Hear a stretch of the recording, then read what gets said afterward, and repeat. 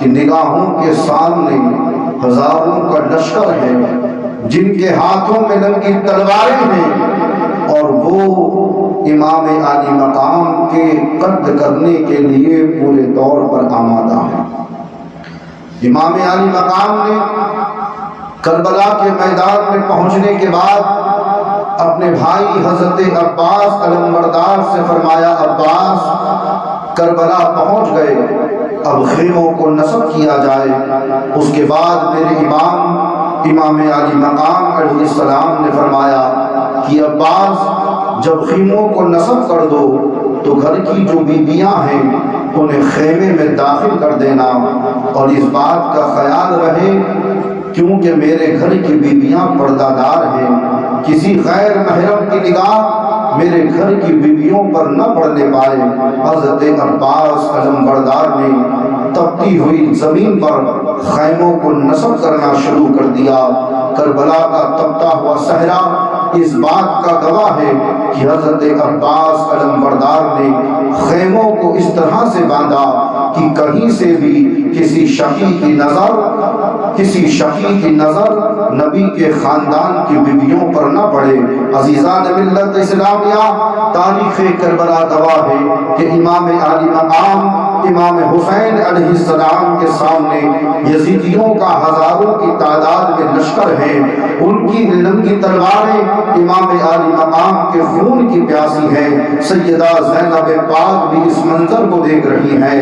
حضرت زینب پاک نے جب اپنی نگاہوں سے دیکھا کہ نگاہوں کے سامنے ہزاروں کا لشکر ہے، ہر طرف سے کثیر تعداد میں لوگ آ رہے ہیں اور یزیدی لشکر میں داخل ہو رہے ہیں، حضرت زینب پاک سلام اللہ علیہا اپنے بھائی حسین کے پاس آتی ہیں اور آنے کے بعد کہتی ہیں، بھائی حسین ذرا دیکھو تو صحیح، ہماری تعداد تو کم ہے اور بظاہر ہماری مدد کرنے والا کوئی نظر نہیں آتا، بھائی حسین ذرا دیکھو تو صحیح، ہماری نگاہوں سے ہم دیکھ رہے ہیں کہ ہر طرف سے یزیدی آ رہے ہیں اور یزیدی لشکر میں شامل ہوتے چلے جا رہے ہیں، ان کی تعداد تو بڑھ رہی ہے، ہماری تعداد تو وہی کے وہی ہیں، بھیا حسین کیا ہماری مدد کے لیے مدینے سے کوئی نہیں آئے گا؟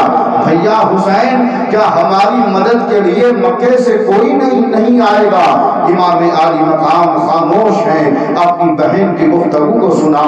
زینب پاک کو ایک نام یاد آتا ہے، آپ بس کرتی ہیں، بھیا ایک نام میرے ذہن میں آیا ہے، بچپن میں آپ کے ایک دوست تھے جن کا نام حضرت حبیب ابن مظاہر تھا۔ بھیا حسین کیا ہی بہتر ہو کہ آج کربلا میں جہاں ہماری مدد کرنے والا کوئی نہیں ہے، آپ انہیں خط لکھ کر بلا لیں۔ امام عالی مقام امام حسین علیہ السلام نے اپنی بہن زینب پاک کی بات کو سنا اور فوراً قبول کیا۔ اس کے بعد حضرت عباس علمبردار کو بلایا اور بلا کر کے کہا، عباس جاؤ کاغذ قلم اور دوات لے کر کے آؤ۔ تاریخ کربلا کہتی ہے کہ امام عالی مقام نے زندگی میں پہلی مرتبہ بالخصوص کربلا کے صحرا میں امام عالی مقام نے یہ ایک خط لکھا تھا حبیب ابن مظاہر کو۔ یہ حبیب ابن مظاہر کون ہے؟ تو آپ نے بارہا روایت میں سنا ہے کہ جب اللہ کے رسول صلی اللہ علیہ وسلم اپنے صحابہ کے ساتھ مکے کی گلیوں سے گزرا کرتے تھے تو ایک روایت میں آتا ہے کہ ایک ننھا سا بچہ مدینے میں بچوں کے ساتھ کھیل رہا تھا۔ میرے آقا نے جب اس بچے کو کھیلتا ہوا دیکھا تو فوراً اپنی گود میں اٹھایا، اٹھانے کے بعد چومنے لگے، پیار کرنے لگے، شفقت فرمانے لگے۔ صحابہ نے پوچھ لیا، یا رسول اللہ آخر یہ بچہ کون ہے؟ ہم نے تو جب بھی آپ کو دیکھا ہے ہمیشہ حسنین کو پیار کرتے دیکھا ہے، ہمیشہ حسین اور حسن کو پیار کرتے دیکھا ہے، آج یہ بچہ کون ہے جس سے آپ اتنی محبت و شفقت فرما رہے ہیں؟ تو میرے آقا صلی اللہ علیہ وسلم نے اپنے صحابہ سے فرمایا کہ اے میرے صحابہ، یہ حبیب ابن مظاہر ہے، میں نے دیکھا ہے کہ جب میرا نواسا میرا بیٹا حسین چلتا ہے تو یہ بچہ حسین کے قدموں کی راہ، حسین کے قدموں کی خاک کو اٹھا کر اپنی آنکھوں میں ملتا ہے۔ میں اس سے اس لیے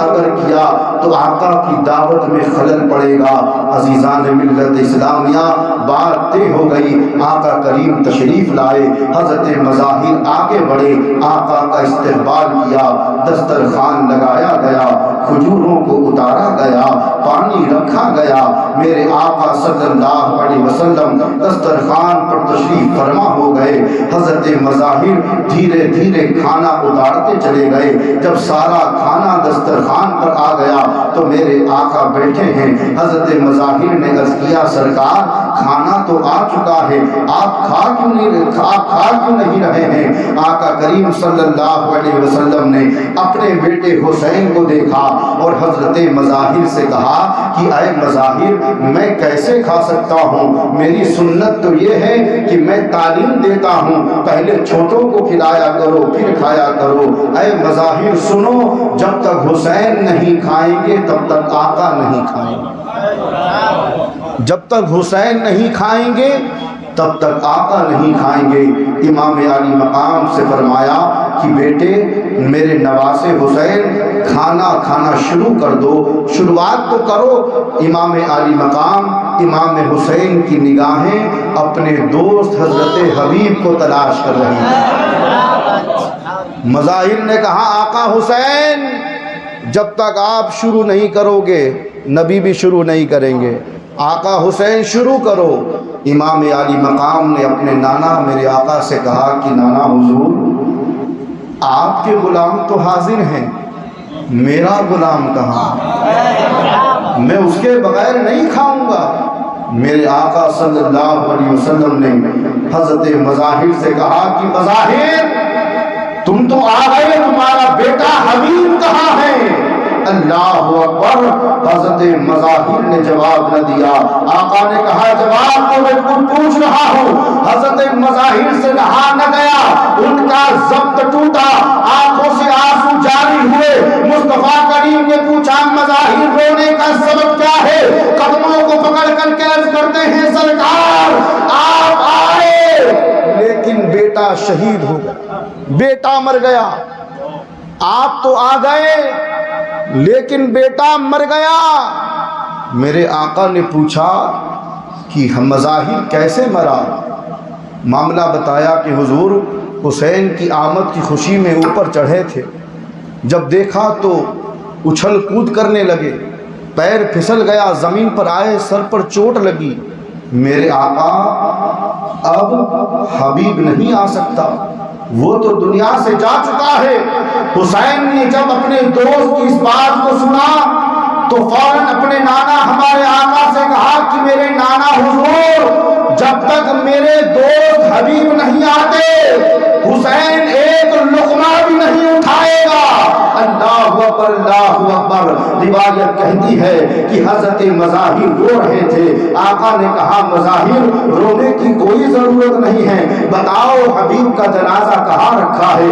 حضرت مظاہر کھڑے ہوئے، آقا حسین کو اور پیارے آقا صلی اللہ علیہ وسلم کو ایک کمرے میں لے گئے جہاں پر حضرت حبیب کا جنازہ رکھا تھا، چادر اڑا دی گئی تھی۔ کہا سرکار یہ حبیب کا جنازہ ہے۔ اللہ اکبر، اللہ اکبر۔ آقا حسین کی آنکھوں میں آنسو جاری تھے، مصطفیٰ کریم سے آنسو دیکھے نہیں گئے۔ مصطفیٰ کریم نے کہا حبیب جنازے پہ جو پردہ ڈلا ہے اسے اٹھاؤ۔